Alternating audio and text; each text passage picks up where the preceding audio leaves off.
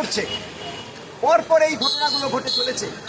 আমরা এসইউসিআই কমিউনিস্টের পক্ষ থেকে তার বিরুদ্ধে আজকে প্রতিবাদ দিবস পালন করছি এবং সেই সঙ্গে আমরা দাবি করছি যারা এই দোষ করেছে তাদেরকে দৃষ্টান্তমূলক শাস্তি দিতে হবে, বিচার বিভাগীয় তদন্ত করতে হবে।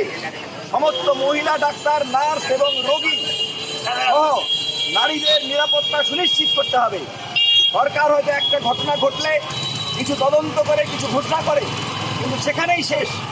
আমরা জানি যে সেই সরকারের প্রশ্রয়ে সর্বত্র যেভাবে পর্নোগ্রাফিক সাইট, সমাজ মাধ্যমে, পত্রপত্রিকায় যেভাবে পর্নোগ্রাফির ছড়াছড়ি চলছে, যেভাবে সরকার নানান রকম মাদকদ্রব্য ছড়িয়ে দিচ্ছে, তার থেকে ট্যাক্স তুলবে বলে ব্যাপকভাবে মদের লাইসেন্স দিচ্ছে এবং আমাদের দেশের সিলেবাসে মনীষীদের জীবন বাদ দিয়ে দিচ্ছে।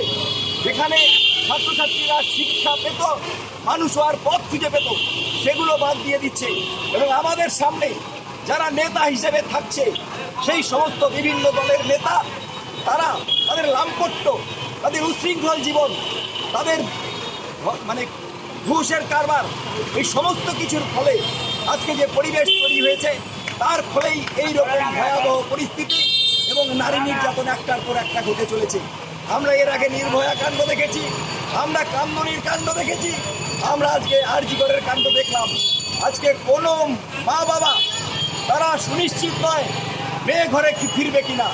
ফলে সরকার যদি সত্যি এগুলো বন্ধ করতে চায় তাহলে আমরা যে দাবিগুলো তুলছি, সেই পর্নোগ্রাফিক সাইট বন্ধ করতে হবে, পত্রপত্রিকা বন্ধ করতে হবে, মাদকদ্রব্যের প্রসার বন্ধ করতে হবে, মনীষীদের জীবনচর্চার সুযোগ দিতে হবে এবং সুস্থ সাংস্কৃতিক পরিবেশ গড়ে তুলতে হবে। তবেই এই নিরাপত্তা সুনিশ্চিত করা যেতে পারে। তার সঙ্গে আইনগত যা ব্যবস্থা সেগুলো অবশ্যই নিতে হবে। এই জন্যই আমরা এই দাবিগুলো তুলেছি।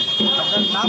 আমার নাম মৃদুল দাস, আমি এসইউসিআই কমিউনিস্টের নদিয়া দক্ষিণ জেলা শাখার সম্পাদক।